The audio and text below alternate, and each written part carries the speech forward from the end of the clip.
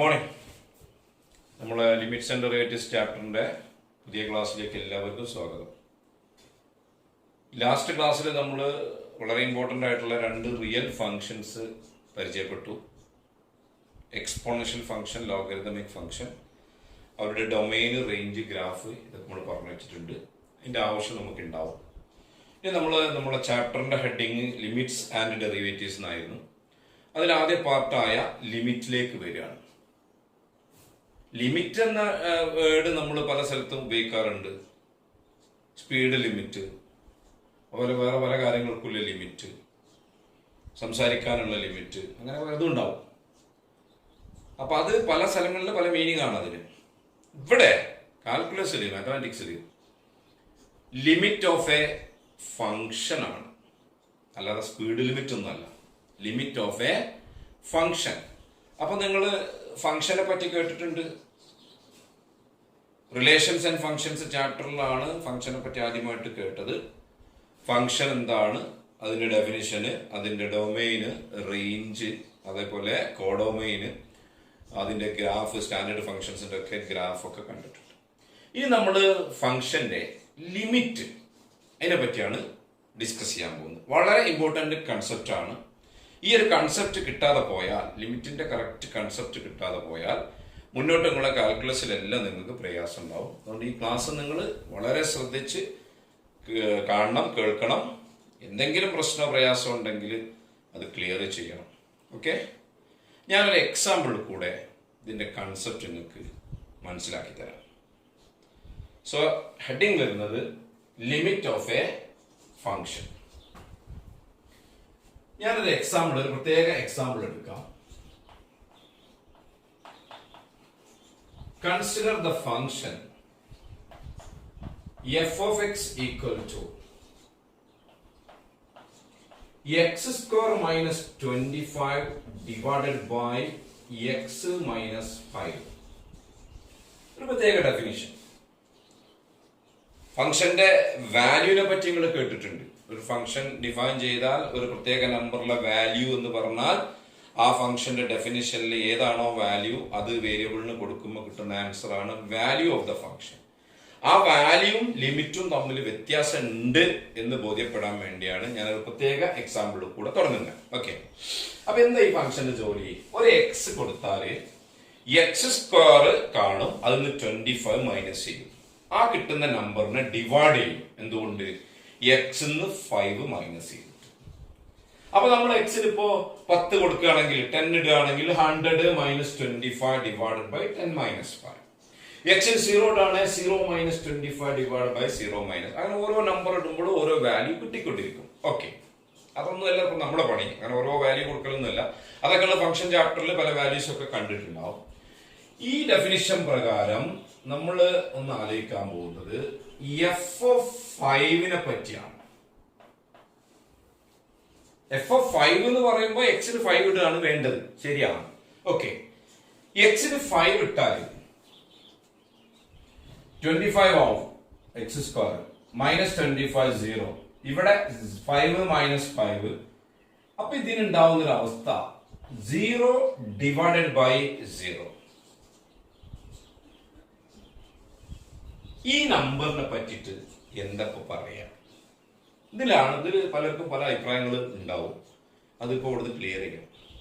ഇപ്പൊ നമ്മുടെ നമ്പറിന്റെ ഡിവിഷനിൽ 12നെ 4 കൊണ്ട് ഡിവൈഡ് ചെയ്താൽ 3 ആണെന്ന് പറയും. അതിന്റെ കാരണം 12 is equal to 4 into 3. ശരിയല്ലേ? 4 into 3 12 ആണ്. 4നെ വേറെ ഒരു നമ്പർ കൊണ്ട് മൾട്ടിപ്ലൈ ചെയ്താലും 12 കിട്ടൂല. 3 കൊണ്ടല്ലാതെ മൾട്ടിപ്ലൈ ചെയ്താൽ 12 കിട്ടൂല. അതാണ് 12/4 is equal to 3. 0 divided by 8 നിങ്ങൾ എന്താ പറയാ? 0. അതിന്റെ explanation 0 is equal to 8 into 0. 8നെ 0 കൊണ്ട് ഇൻറ്റു ചെയ്താൽ മാത്രമേ 0 കിട്ടുള്ളൂ. അതുകൊണ്ട് ഈ ആൻസർ യുണീക്ക് ആണ്. ഇതിന്റെ ആൻസർ ഉള്ളൂ.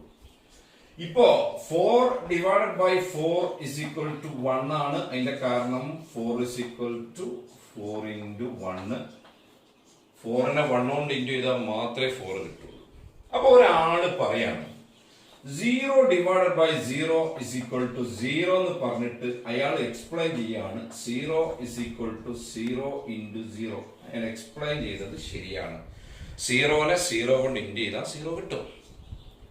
എന്നാൽ അടുത്ത ആള് പറയാണ് 0 divided by 0 is equal to 1 എന്ന് പറഞ്ഞിട്ട് അയാൾക്കുണ്ട് explanation 0 is equal to 0 into 1. അതും എക്സ്പ്ലനേഷൻ ശരിയാണ്. കാരണം 0നെ 1 കൊണ്ട് ഇൻറ്റു ചെയ്താലും 0 തന്നെയാണ്. നിങ്ങൾ കേട്ടിട്ടുണ്ടാവും 0നെ ഏത് നമ്പർ കൊണ്ട് ഇൻറ്റു ചെയ്താലും 0 ആണ്. അപ്പൊ അടുത്ത ആള് പറയുന്നത് 0 divided by 0 is equal to -25 എന്ന് പറഞ്ഞിട്ട് അയാൾ എക്സ്പ്ലെയിൻ ചെയ്യുന്നു 0 ഇസ് ഈക്വൽ ടു -0 ഇൻറ്റു -25. അതും ശരിയാണ്. അപ്പൊ 0നെ ഏത് നമ്പർ കൊണ്ട് മൾട്ടിപ്ലൈ ചെയ്താലും ഏത് ഫൈനൈറ്റ് നമ്പർ കൊണ്ട് മൾട്ടിപ്ലൈ ചെയ്താലും 0 ആണ്. അപ്പൊ ഈ 0/0ന്റെ ആൻസർ പലതും പറഞ്ഞുകൊണ്ടിരിക്കുക എന്ന് പറഞ്ഞാൽ അത് മാത്തമാറ്റിക്സിൽ നടക്കില്ല, പറ്റില്ല. സോ 0/0ക്ക് കൃത്യമായിട്ടൊരു വില പറയാ സാധ്യമല്ല. 0/0നെ നമ്മൾ പറയാ ഇൻഡിറ്റർമിനേറ്റ് എന്ന് പറയും. ഇൻഡിറ്റർമിനേറ്റ്. ഇനിയിപ്പോ നോട്ട് ഡിഫൈൻഡ് പറഞ്ഞാലും കുഴപ്പമൊന്നുമില്ല. അപ്പൊ 0/0 0 അല്ല, 1 അല്ല, വേറൊരു നമ്പറും പറയാൻ പറ്റില്ല. It is an indeterminate form. അപ്പോ സ്വാഭാവികമായിട്ട് വരുന്നൊരു സംശയം, ഇത് 0/0 മാത്രമാണോ ഇൻഡിറ്റർമിനേറ്റ്? വേറെയും ഇൻഡിറ്റർമിനേറ്റ്സ് ഒക്കെ ഉണ്ട്. ഹയർ സിലബസിൽ നിങ്ങൾ മാത്തമാറ്റിക്സ് പഠിച്ചിട്ടുള്ള കോഴ്സുകൾക്കൊക്കെ പോവുകയാണെങ്കിൽ ഇൻഡിറ്റർമിനേറ്റ്സ് എന്ന് പറയുന്ന ഒരു ചാപ്റ്റർ തന്നെ, ഒരു സെക്ഷൻ തന്നെ പഠിക്കാനൊക്കെ ഉണ്ടാവും. ഞാൻ കുറച്ചെണ്ണം വേറെ വേണേ പരിചയപ്പെടുത്താം. നമ്മൾ സാധാരണ പറയാറുള്ള ഒരു വിഷയമാണ് a⁻0 കണ്ടാ പിന്നെ നമ്മൾ അധികം ആലോചിക്കാറില്ല, 1 എന്ന് പറയാറുണ്ട്. ഇവിടെ എന്തെങ്കിലും ഡിമാൻഡ് ഉണ്ടോ എക്ക്? a⁻0 1 ആവുമ്പോ എക്ക് ഏത് നമ്പർ ഇട്ടാലും ശരിയാവോ? എന്തുകൊണ്ട് a⁻0 1 ആയത് നിങ്ങൾ എപ്പോഴെങ്കിലും ആലോചിച്ച് നോക്കിയിട്ടുണ്ടോ? ആരെ പറഞ്ഞു a⁻0 1 എന്ന്? ആരോ എവിടെയോ പറഞ്ഞ് നമ്മൾ ഏറ്റു പറയാണോ അതോ കൺസെപ്റ്റ് മനസ്സിലായിക്കൊണ്ട് പോവുകയാണോ?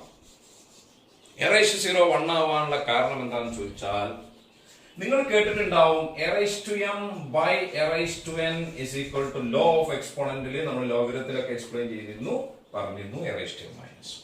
അപ്പൊ നിങ്ങൾക്കറിയാം a divided by a is equal to 1 ആണ്, provided a not equal to 0. 0/0 1 അല്ല എന്നല്ലേ ഞാൻ പറഞ്ഞേ.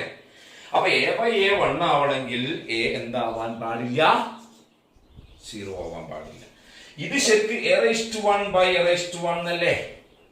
അത് a⁻ എഴുതുമ്പോ 1 - 1 എഴുതാം is equal to 1. 1 - 1 0 ആണ്.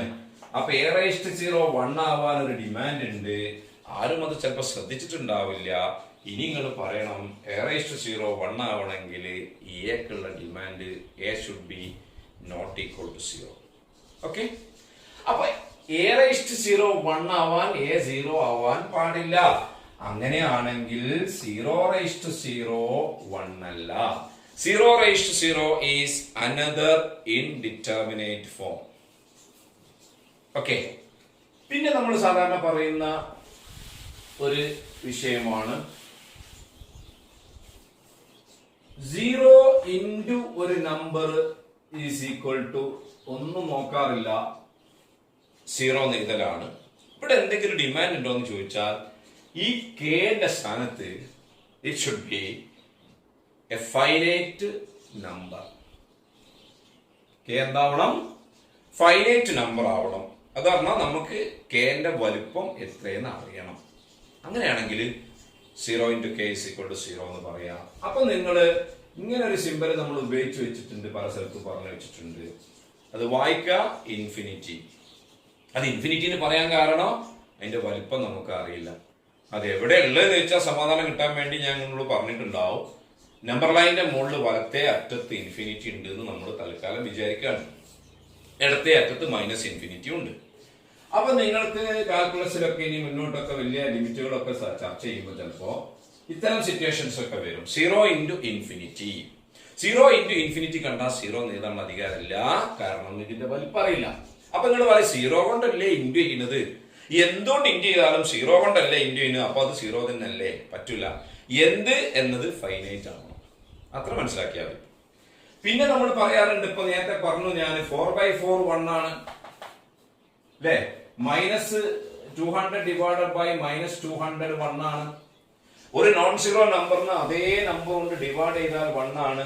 എന്നാൽ ഇതാ ഈ ഒരു സിറ്റുവേഷൻ വന്നാൽ infinity by infinity is another indeterminate form. അപ്പൊ നിങ്ങൾ പറയും മേലെയും താഴെയുള്ളത് ഒരേ സാധനമല്ലേ, അത് 1 അല്ലേ വരിക.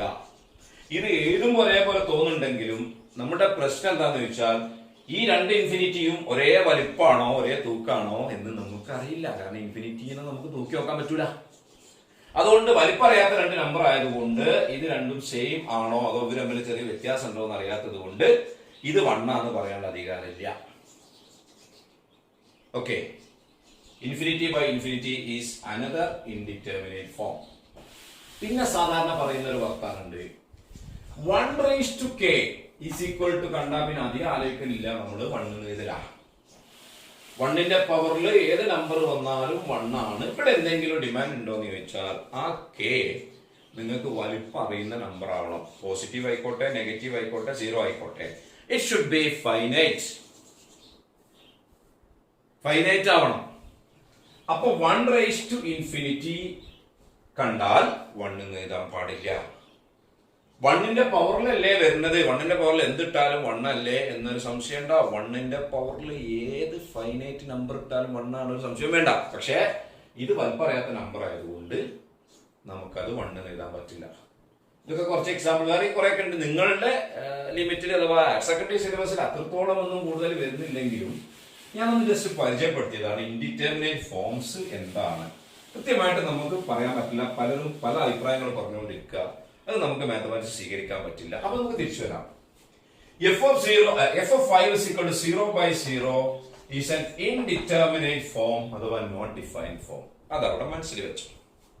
ഇനി ഞാൻ പറയാൻ പോകുന്ന കാര്യം ശ്രദ്ധിക്കാം. if x not equal to 5, x 5 അല്ല എങ്കിൽ x minus 5 is not equal to 0. സംശയമില്ല എല്ലാവർക്കും?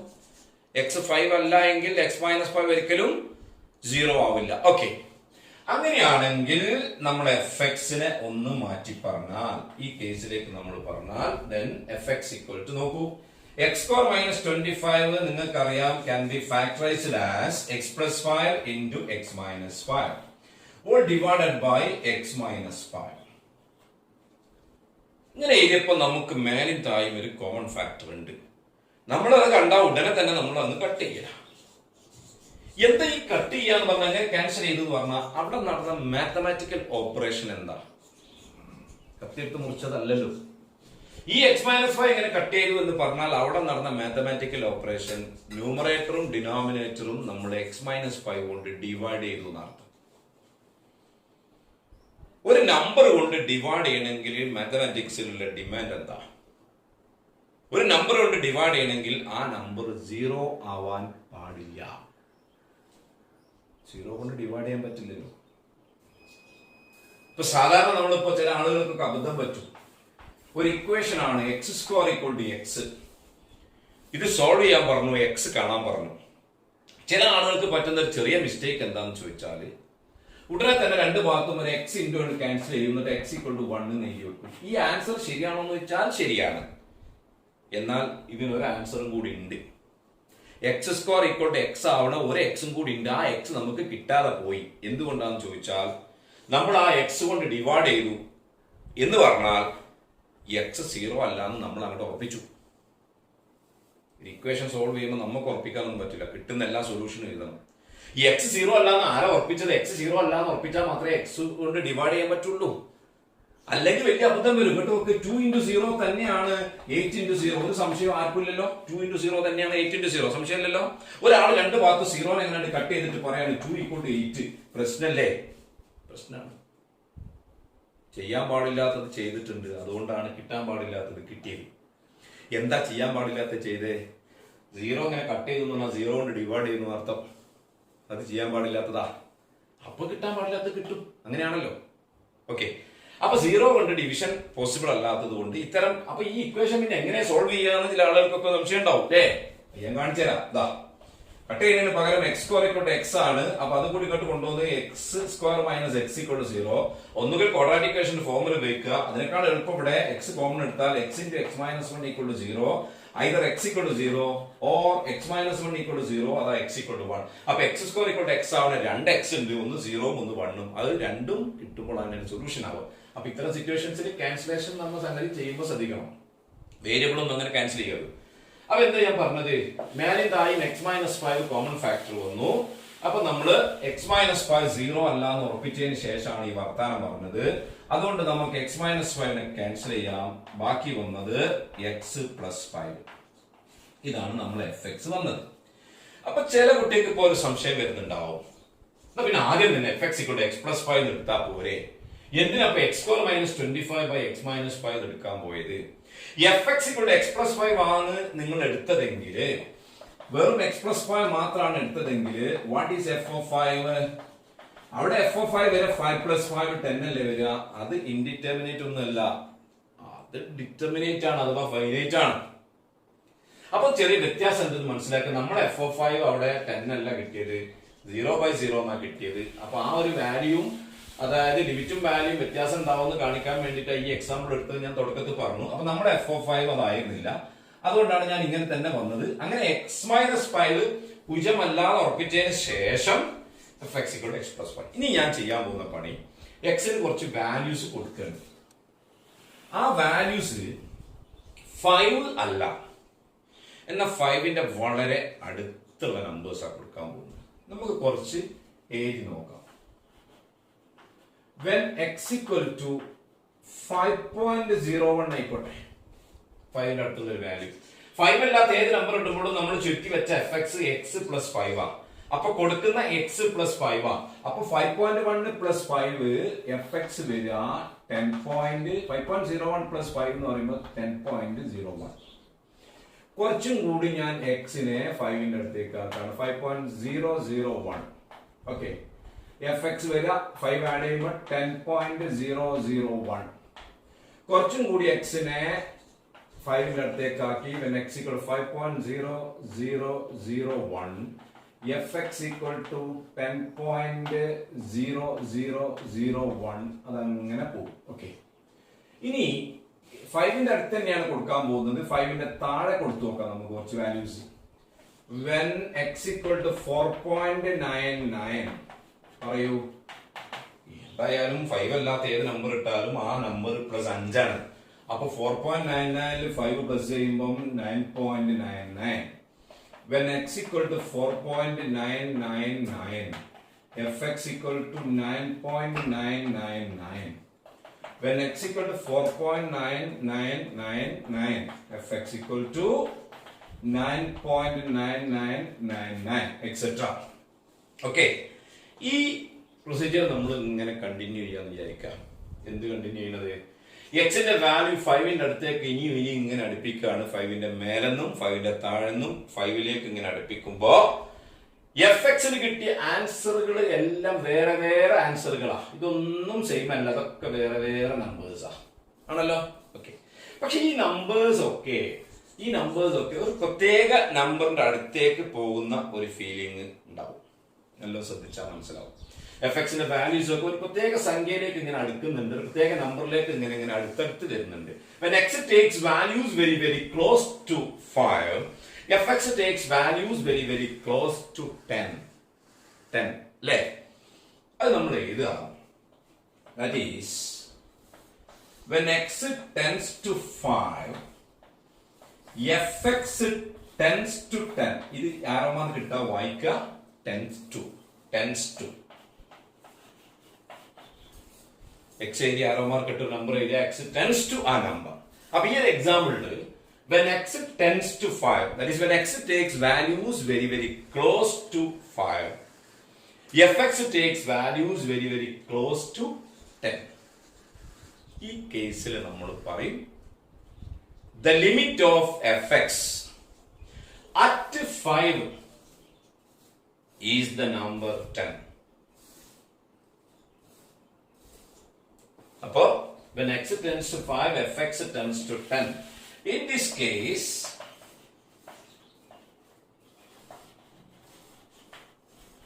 we say that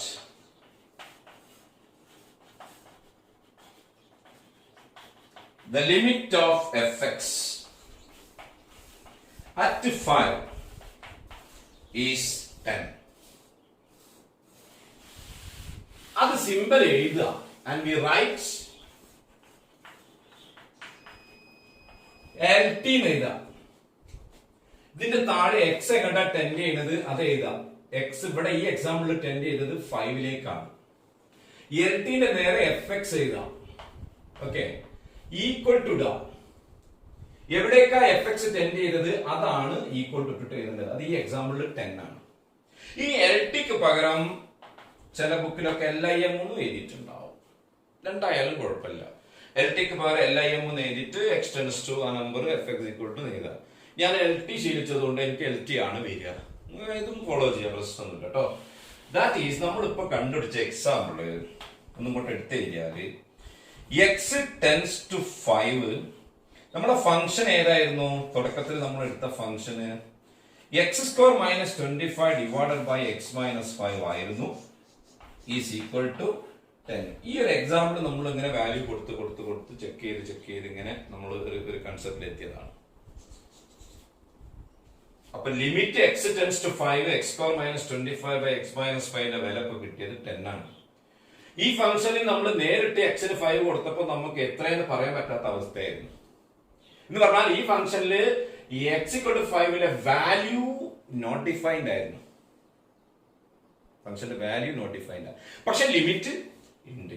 അപ്പൊ ഈ എക്സാമ്പിൾ ഞാൻ ഇങ്ങനെ തന്നെ എടുക്കാനുള്ള കാരണം നിങ്ങൾക്ക് ഈ ഒരു കൺസെപ്റ്റ് കിട്ടണം. എന്താണ്? ഫംഗ്ഷന്റെ ഒരു നമ്പറിലെ വാല്യൂ എന്ന് പറയുന്നതും ആ നമ്പറിലെ ലിമിറ്റ് എന്ന് പറയുന്നതും വ്യത്യാസം ഉണ്ടാവാം.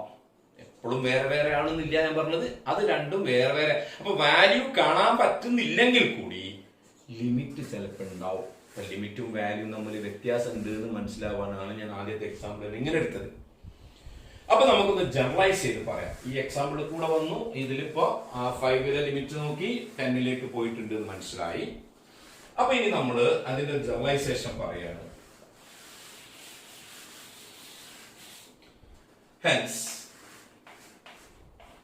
ലിമിറ്റ് എക്സ് ടെൻസ് ടു ഒരു റിയൽ നമ്പർ എ, 5ന് പകരം ഒരു റിയൽ നമ്പർ എ, ഒരു ഫംഗ്ഷൻ fx ഈക്വൽ ടു ഒരു നമ്പർ L ആണ് എന്ന് പറഞ്ഞാൽ limit x tends to a fx equal to L means that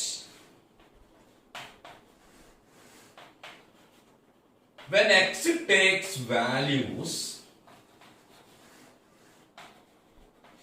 very close to a, fx takes values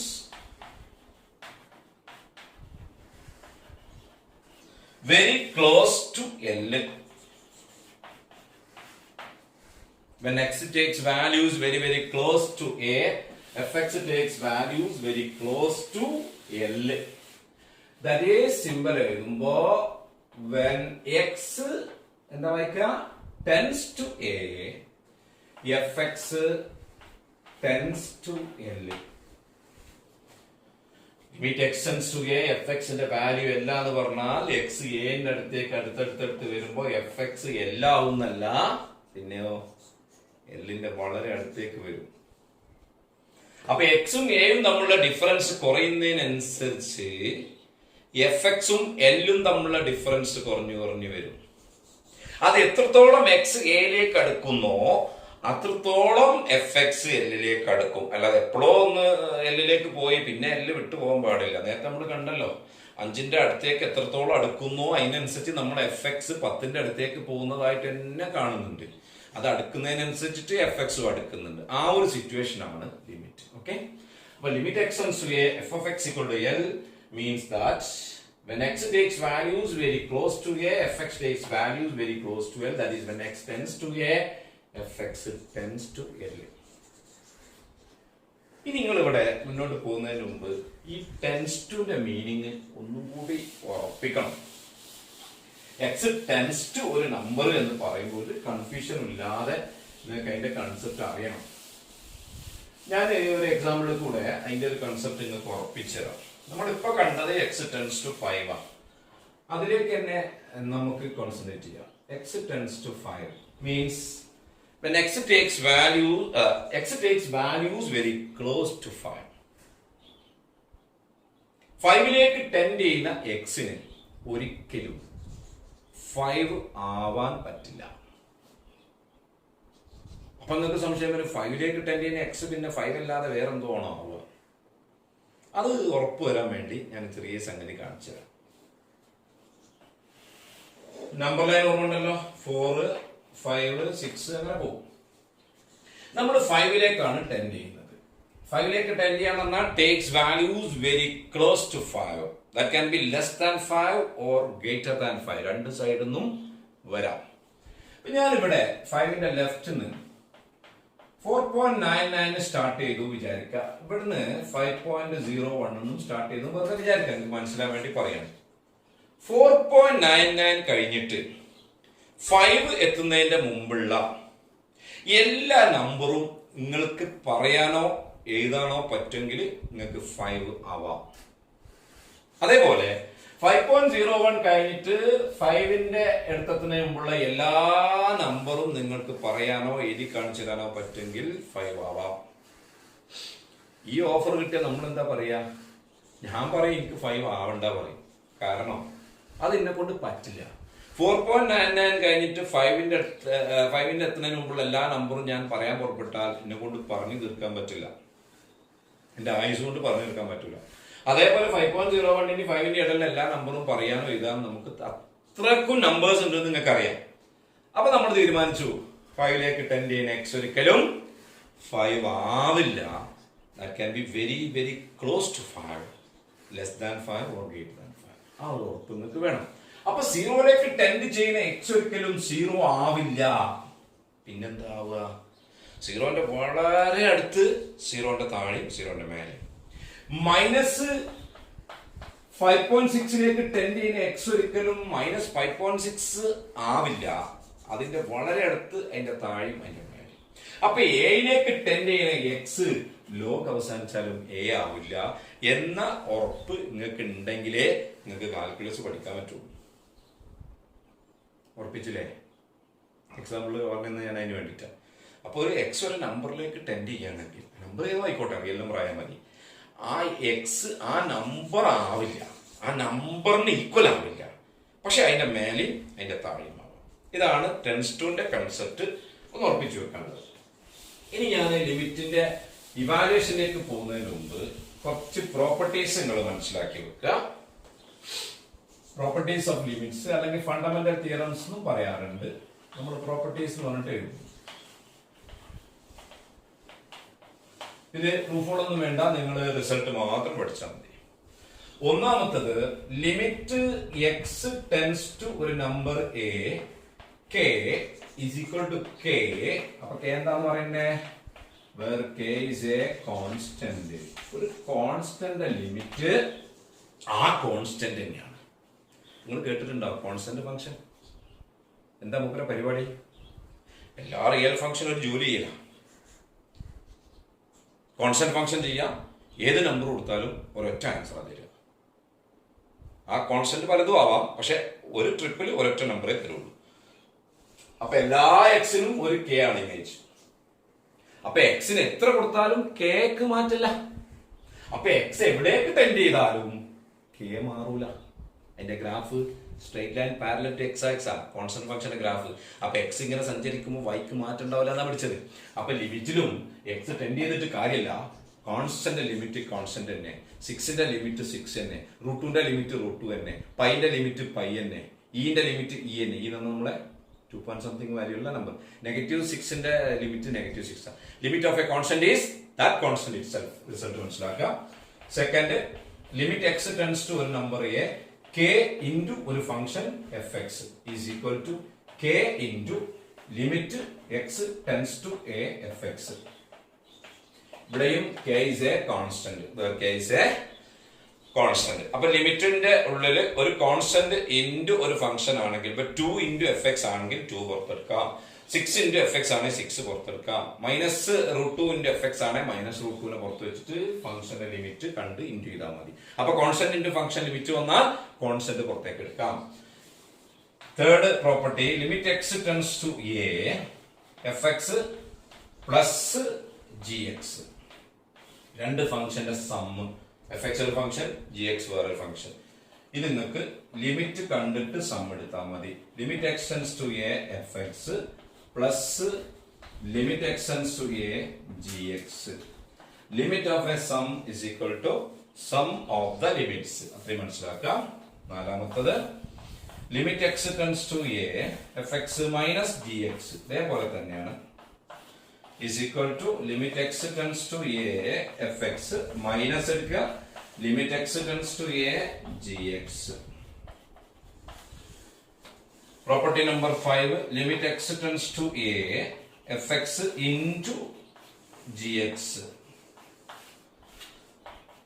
രണ്ട് ഫംഗ്ഷൻ ഇൻറ്റു ചെയ്ത് ലിമിറ്റ് എടുക്കുന്നതിന് പകരം രണ്ടാളുടെ ലിമിറ്റ് എടുത്തതിന് ശേഷം ഇൻറ്റു ചെയ്താൽ മതി. Limit x tends to a fx into limit x tends to a gx. Limit of a product is equal to product of the limits. Product of the limits. 6. Limit x tends to a fx divided by gx is equal to limit x tends to a fx മേലെ എടുക്കുക divided by limit x tends to a gx താഴെ ചെയ്യുക provided ഒരു condition വേണം provided limit x tends to a gx എന്ന് പറഞ്ഞാൽ ഡിനോമിനേറ്ററിലെ limit എന്താവാൻ പാടില്ല, 0 ആവാൻ പാടില്ല. അത് 0 കൊണ്ട് ഡിവൈഡ് ചെയ്യാൻ പറ്റില്ല എന്ന് നേരത്തെ പറഞ്ഞത്. അതല്ലേ ഇത്രയാണ് നിങ്ങളുടെ ടെക്സ്റ്റ് ബുക്കിൽ പറഞ്ഞിട്ടുണ്ടാവുക. ഞാൻ 3 എക്സ്ട്രാ പറഞ്ഞുതരാം. നിങ്ങൾക്ക് കുറച്ച് മുകളിലേക്കുള്ള ഒബ്ജക്റ്റീവ് ക്വസ്റ്റ്യൻസ് ഒക്കെ ചെയ്യുമ്പോൾ ഉപയോഗിക്കാൻ പറ്റിയ ചില റിസൾട്ടും കൂടി പറഞ്ഞുതരാം. Limit x tends to a എഫ്എക്സിന്റെ പവറിൽ ഒരു കോൺസ്റ്റന്റ് n ഉണ്ടെങ്കിൽ നിങ്ങൾ ലിമിറ്റ് എടുത്തതിന് ശേഷം റേസ് ടു n ചെയ്താൽ മതി. Limit x tends to a f x കണ്ടിട്ട് അതിന് ഓൾ റേസ് ടു n ഇട്ടാൽ മതി. 8. Limit x tends to a മോഡുലസിന്റെ ഉള്ളിൽ ഒരു ഫംഗ്ഷൻ ആണെങ്കിൽ നിങ്ങൾ മോഡുലസിന്റെ ഉള്ളിൽ കയറിയിട്ട് ലിമിറ്റ് എടുത്താൽ മതി. Modulus of limit x tends to a f x. Then 9. Limit x tends to a f of g of x. ഇത് കോമ്പോസിറ്റ് ഫംഗ്ഷൻ. അത് നിങ്ങൾ പ്ലസ് ടുവിലാണ് ഈ ഓപ്പറേഷൻ പഠിക്കുക. പക്ഷെ ലിമിറ്റ് ഇനി വേറെ പ്ലസ് ടുവിൽ വേറെ പഠിക്കാത്തതുകൊണ്ട് ഈ റിസൾട്ട് ഇവിടെ തന്നെ നോക്കുക. F of g of x sine of cos x എന്നൊക്കെ വന്നാൽ എഫിന്റെ ഉള്ളിൽ കയറുക, എന്നിട്ട് ആ ജിക്ക് ലിമിറ്റ് എടുക്കുക. F of limit x tends to a g x എടുക്കുക. Okay, last one limit x tends to ഒരു നമ്പർ എ എഫ് എക്സിന്റെ പവറിലാണ് g x. F x raise to g x. F എക്സിന്റെ ലിമിറ്റ് എടുക്കുക. Limit x tends to a f x raise ടുല് g എക്സിന്റെ limit എടുക്കുക. Limit x tends to a g x. അത്രയും properties ലിമിറ്റിന് മനസ്സിലാക്കി വെക്കുക. നമുക്ക് ചർച്ച ചെയ്യാനുള്ളത് ഈ ലിമിറ്റിന്റെ പ്രോബ്ലം ചെയ്യുന്ന മെത്തേഡുകളാണ്. ലിമിറ്റ് ഇവാലുവേഷൻ 4 മെത്തേഡായിട്ടാണ് നമ്മൾ പറയുന്നത്. പ്രോബ്ലംസ് ആണ് കംപ്ലീറ്റ് എക്സാമിനേഷനായിട്ട് ബന്ധപ്പെട്ട് ചോദിക്കുക. പക്ഷേ മെത്തേഡുകളും ഫോർമുലകളും ഒക്കെ അറിഞ്ഞില്ലെങ്കിൽ ചെയ്യാൻ പറ്റില്ല. അത് അടുത്തൊരു ക്ലാസ്സിൽ നമുക്ക് സ്റ്റാർട്ട് ചെയ്യാം. Evaluation of limits. ഇത് കൺസെപ്റ്റ് കിട്ടേണ്ട ഒരു ക്ലാസ്സാണ് പറഞ്ഞത്. നന്നായിട്ട് കേട്ട് നോക്കി കണ്ട് പഠിക്കുക. ഡൗട്ട്സ് ഉണ്ടെങ്കിൽ കോണ്ടാക്ട് ചെയ്യാം. Okay, thank you.